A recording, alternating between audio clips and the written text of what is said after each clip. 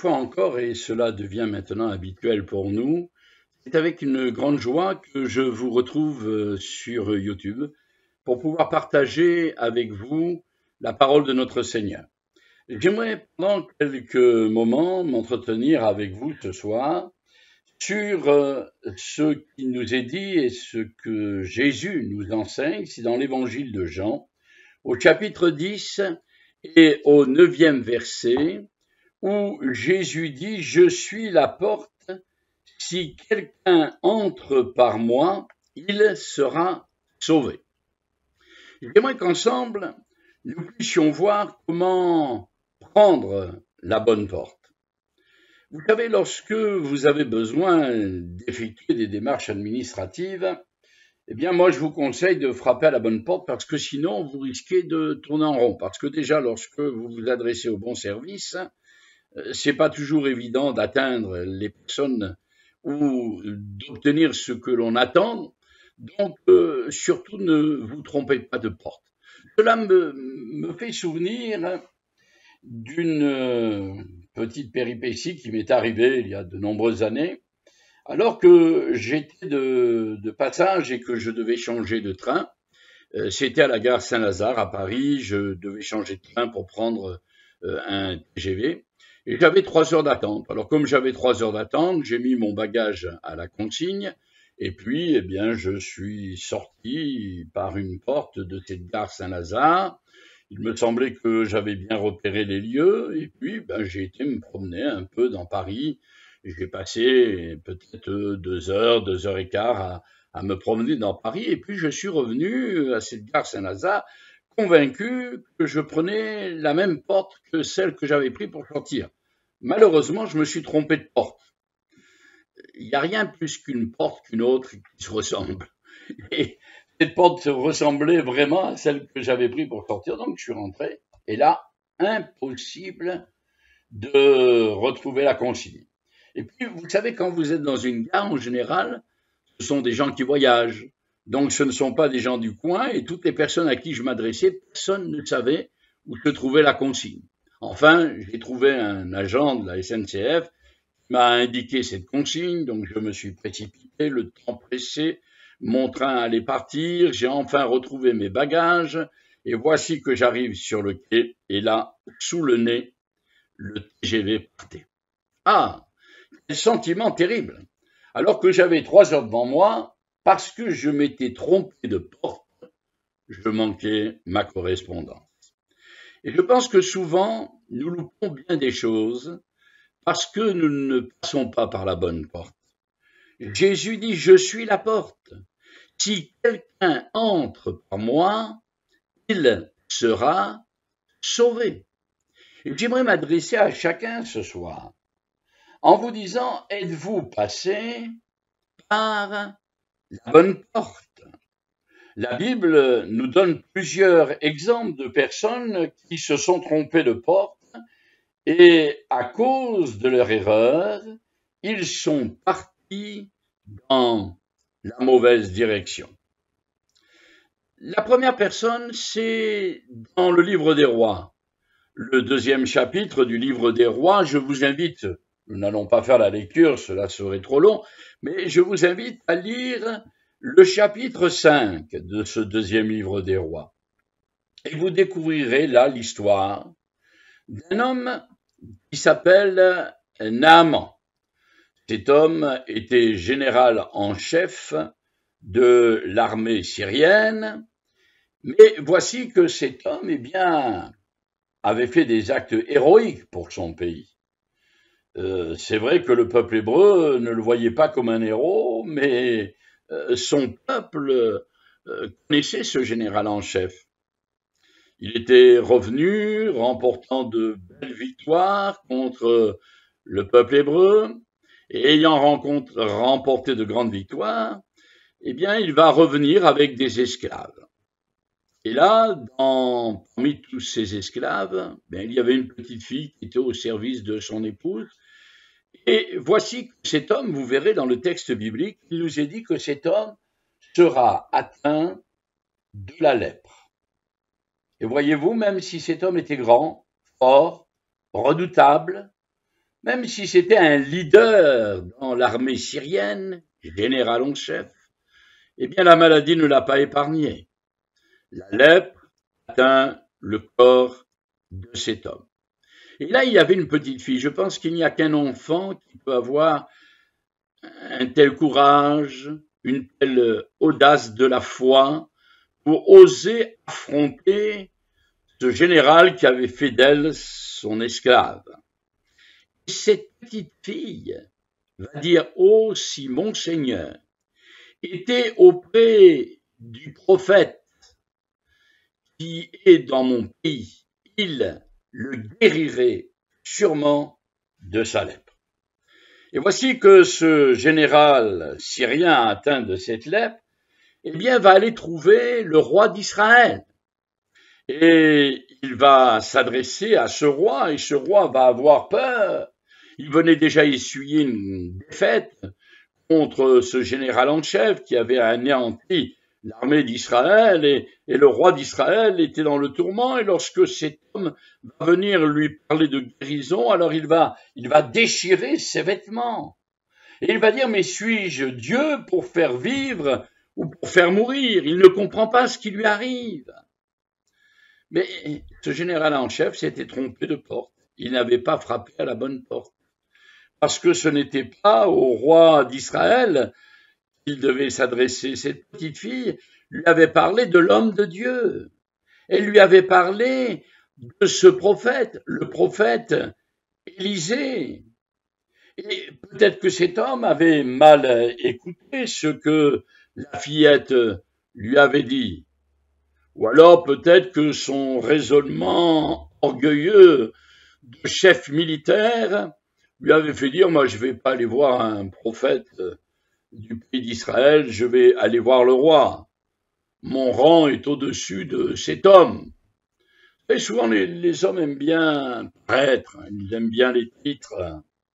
Et ce général en chef avait un titre bien mérité, donc il se disait, je vais pas me rabaisser à aller voir un prophète, moi je vais aller voir le roi d'Israël.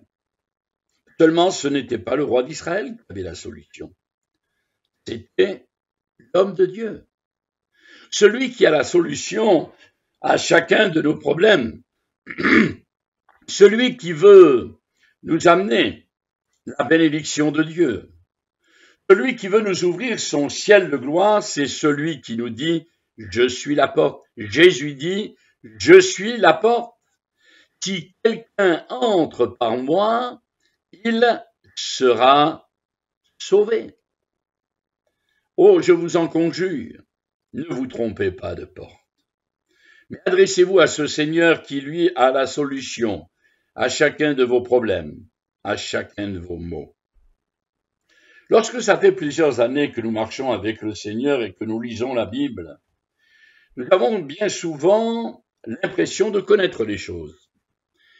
Et la connaissance nous amène parfois à nous tromper de porte.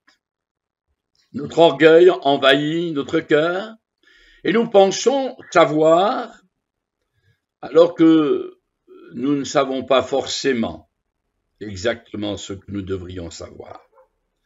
Cet homme pensait savoir. Il s'adresse au roi, mais ce n'était pas au roi, c'était au prophète Élisée. Son raisonnement l'a conduit dans l'erreur.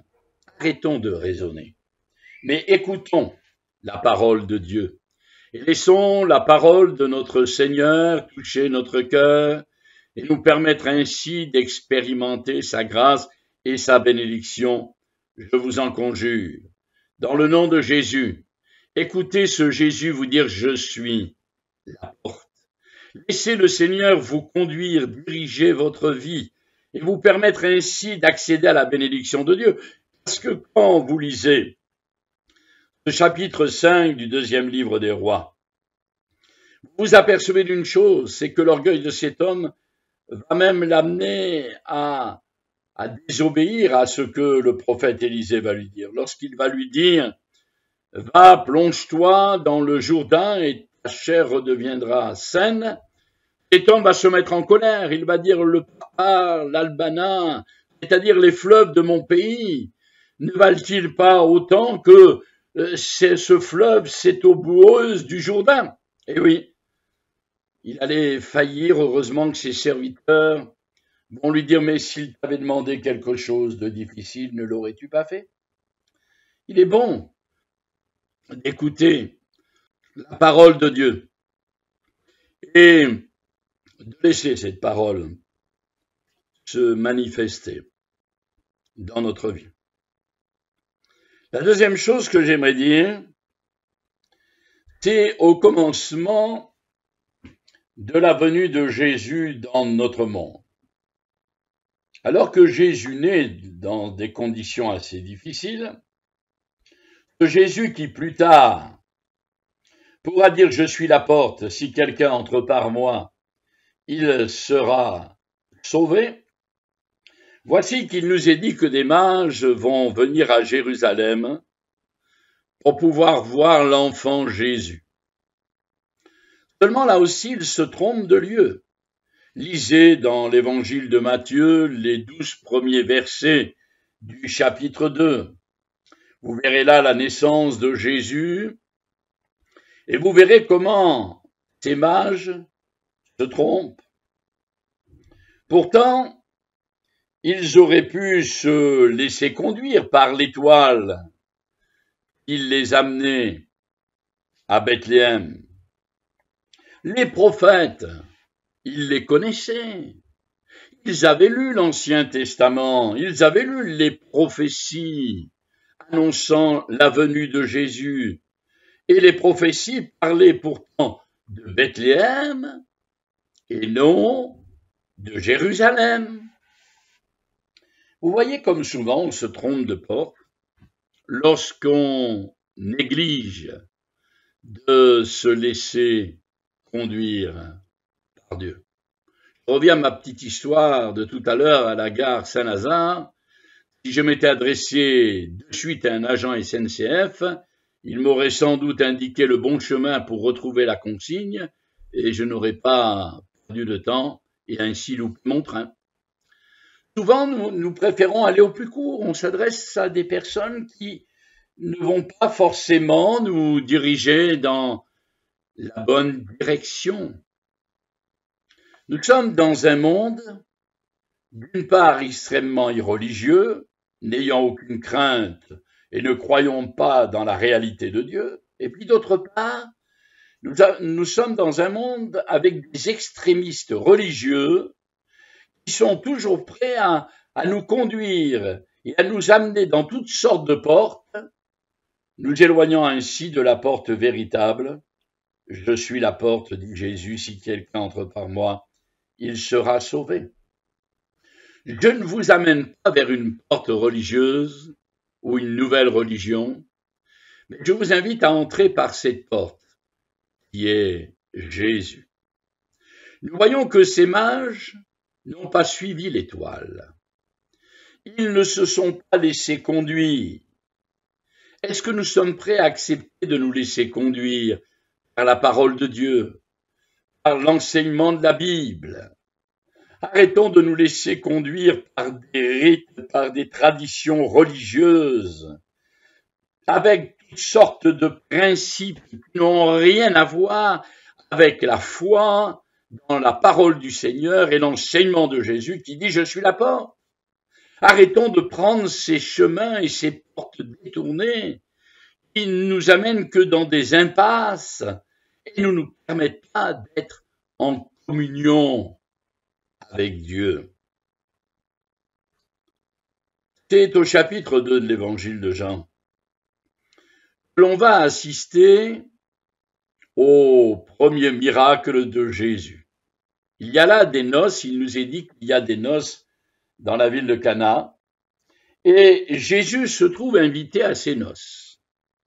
Et voici que la fête bat son plein, lisez dans l'évangile de Jean, le chapitre 2, et vous verrez qu'en effet, eh bien, c'est la fête, comme ça peut être lors d'une noce. Tout le monde se réjouit, Chacun est heureux de se retrouver. C'est l'occasion de retrouver les cousins, les cousines, la famille. Et vous savez, au Moyen-Orient, ça compte beaucoup, cela. Hein. Donc, ça devait être une fête avec un orchestre, avec des danseuses. Il devait y avoir, eh bien, tout ce qu'il faut pour bien animer une noce. C'était formidable. Jésus était dans la noce. Il se réjouissait avec tout le monde. Seulement, tout d'un coup, eh bien, il nous est dit que l'ordonnateur du repas va s'apercevoir qu'il n'y a plus de vin. Ils avaient dû bien boire hein, dans cette noce, ça devait commencer à devenir bien chaud, mais enfin bon, il n'y avait plus de vin et ils sont là dans la difficulté. Et il nous est dit qu'on va venir s'adresser à Marie.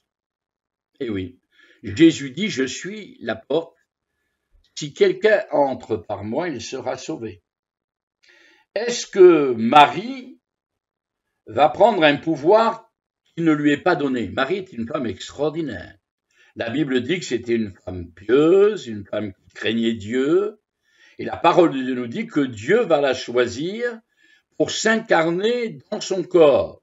Oui, Marie était vraiment vierge lorsque Jésus s'est développé en son sein. Et bien par la vertu, et nous croyons que, eh bien c'est par la vertu du Saint-Esprit que Marie a été enceinte de Jésus. C'est une réalité biblique. Seulement, est-ce que nous devons conférer pour autant du pouvoir à Marie, le pouvoir qu'elle n'a pas? Dans ces noces de Cana, Marie montre bien qu'elle n'a pas le pouvoir. Elle va dire, mais faites tout ce qu'il vous dira en parlant de son fils. Si Dieu lui avait donné un pouvoir quelconque, elle aurait pu, elle aussi, solutionner ses besoins. Mais nous voyons, comme nous le découvrons dans le chapitre 1er du livre des Actes des Apôtres, que ces 120 qui étaient dans la chambre haute, il nous est dit que Marie, mère de Jésus, était aussi dans cette chambre haute. Donc si Marie, mère de Jésus, avait besoin de cette puissance du Saint-Esprit, et qu'elle était bien au même niveau de ces 119 autres qui étaient dans la chambre haute, puisque cette femme, elle aussi, fut ce jour-là, après 10 jours de prière intense, cherchant la face de Dieu, elle aussi fut remplie du Saint-Esprit. Donc elle était au même niveau que les 120, elle n'avait rien de plus, si ce n'est que Dieu lui a fait cette grâce d'enfanter Jésus, et Dieu lui a fait cette grâce, comme les 119 autres disciples, d'être remplis du Saint-Esprit. Mais après, dans l'œuvre d'évangélisation, dans le livre des Actes des Apôtres, nous ne voyons plus Marie apparaître comme étant quelqu'un qui construisait l'église de Jésus. Non, on ne parle plus d'elle, c'est la tradition religieuse qui parle de Marie, mais ce n'est pas la parole de Dieu. Et nous voyons là, dans cet évangile de Jean, eh bien qu'on se trompe de porte. Le monde chrétien se trompe de porte lorsqu'il s'adresse à Marie. Ce n'est pas Marie qui doit intercéder entre Dieu et les hommes. Et Jésus, la Bible dit que c'est Jésus qui est le seul intercesseur entre le Père et nous-mêmes. Adressez-vous à Jésus.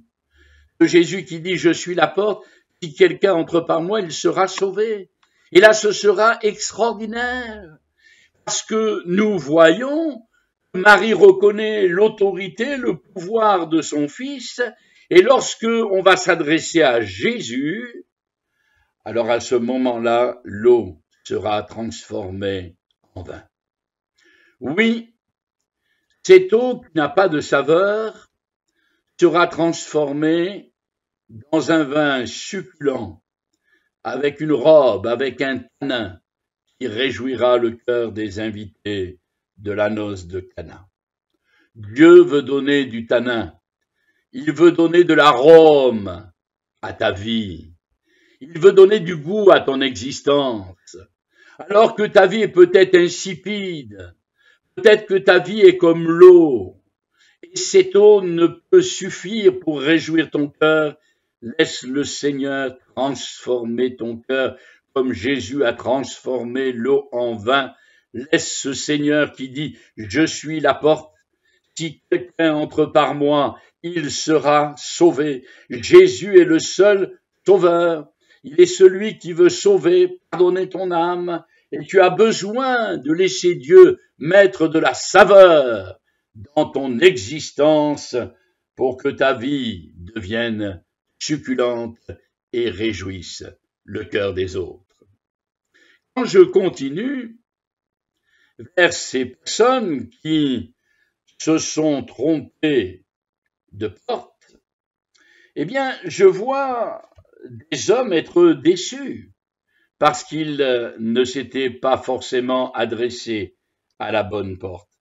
C'est dans l'évangile de Matthieu, donc le premier évangile, c'est au chapitre 17 de l'évangile de Matthieu. Je vous ai cité plusieurs textes que nous n'avons pas lus, alors là je vais quand même prendre le temps non plus de vous citer le texte, mais de le lire avec vous, ça fait du bien de lire la parole de Dieu.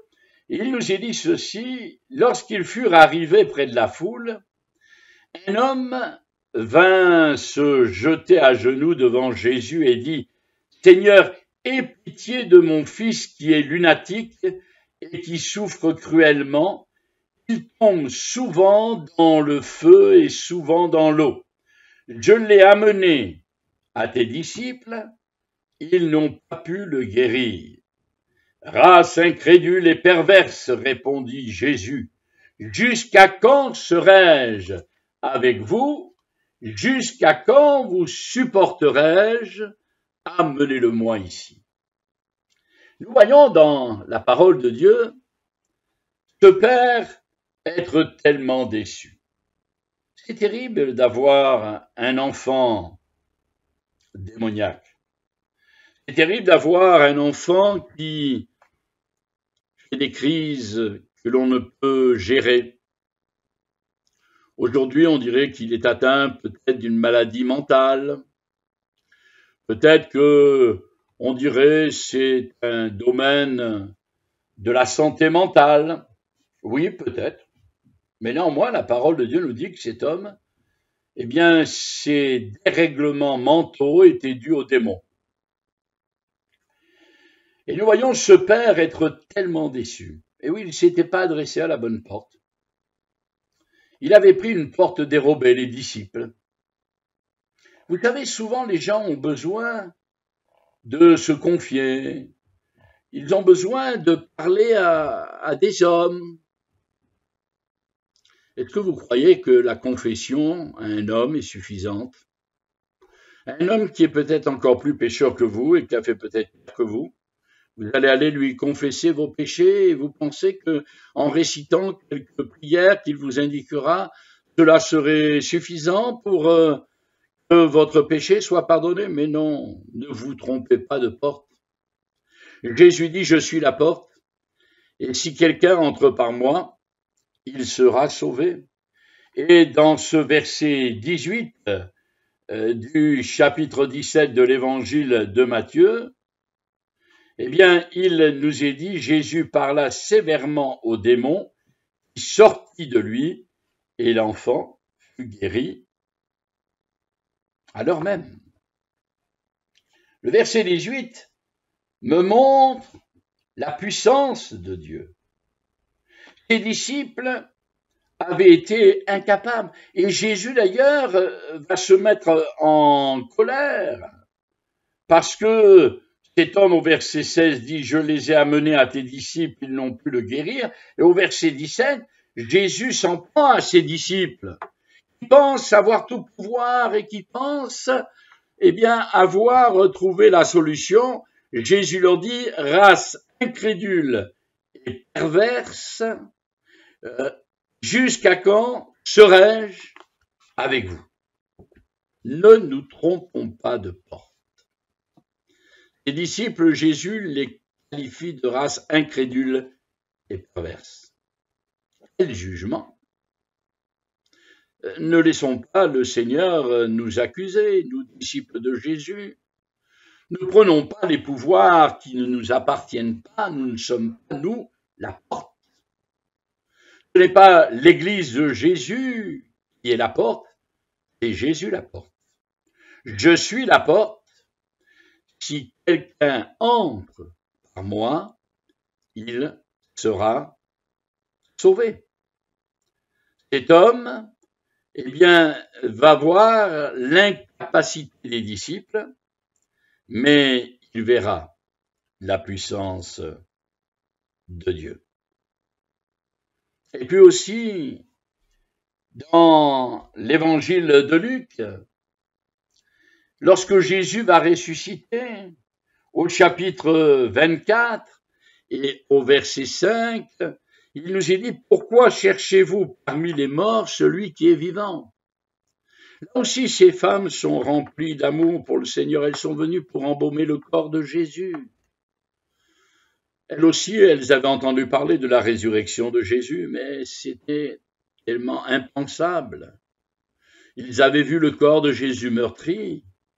Ils avaient vu le corps de Jésus mort. Ils avaient vu le corps de Jésus mis dans ce tombeau. Ils avaient vu la lourde pierre qui avait été roulée devant le tombeau et elles avaient vu également ces hommes en armes qui gardaient le tombeau de Jésus. Alors pour elles, eh bien, embaumer le corps de Jésus était devenu quelque chose d'indispensable. Les femmes vont venir, mais là, la porte de ce tombeau a été ouverte. La pierre a été roulée. Les soldats n'ont rien vu et n'ont rien pu faire. Christ ressuscité. Et moi, je suis heureux quand je prêche l'Évangile, parce que je sais que je parle de quelqu'un qui est vivant.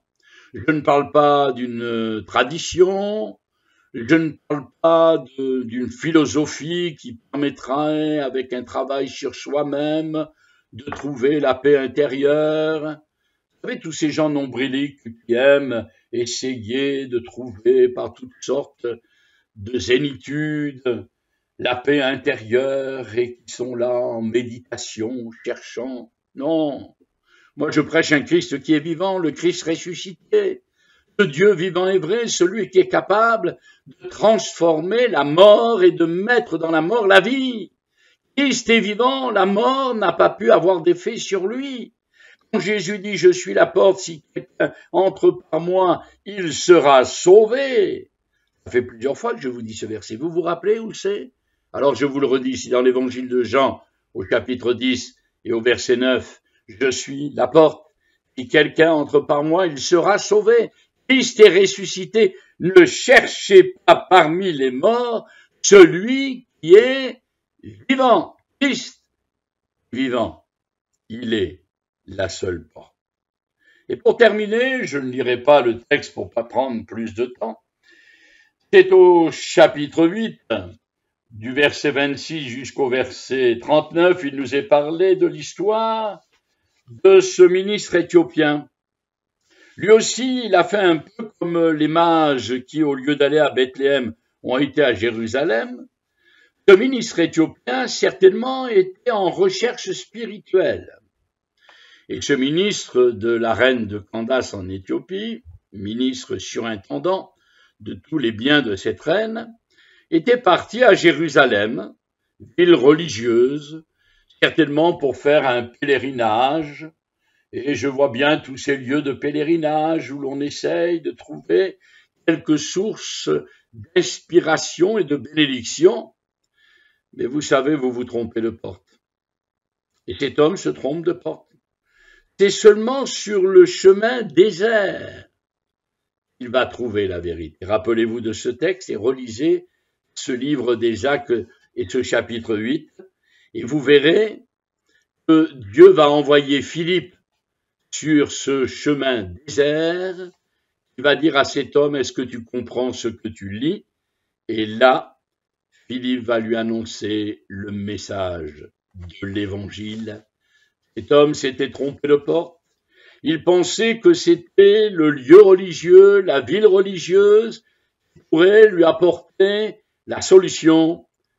Il va découvrir, en lisant la parole de Dieu, et en étant éclairé par Philippe sur la réalité de la parole de Dieu, il va découvrir ce Jésus qui est la porte, et il sera ainsi sauvé. Pour conclure, je dirais, Jésus a dit aussi, je suis la porte et celui qui entre sera sauvé.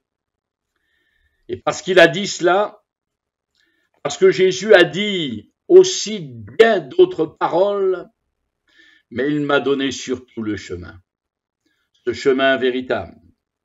Ne cherchez pas de secours ailleurs, mais répondez simplement à l'invitation de Jésus. Cette invitation, écoutez encore dans la parole de Dieu, ce que Jésus nous dit dans l'évangile de Matthieu au chapitre 11 et au verset 28. Il dit « Venez à moi ». Au chapitre 19 et au verset 14, il dit « Laissez venir les petits enfants ». Au chapitre 14 de l'évangile de Jean et au verset 6, il dit « Je suis le chemin ». Et je termine avec cette dernière citation de la parole de Dieu dans l'évangile de Jean au chapitre 6 et au verset 37. Jésus dit « Je ne mettrai pas dehors celui qui vient à moi ». Jean 10, verset 9. Je suis la porte. Si quelqu'un entre par moi, il sera sauvé. Jean 6, chapitre 6, verset 37. Je ne mettrai pas dehors celui qui vient à moi. Que le Seigneur vous bénisse, chers amis. Dieu, nous croyons, confiants.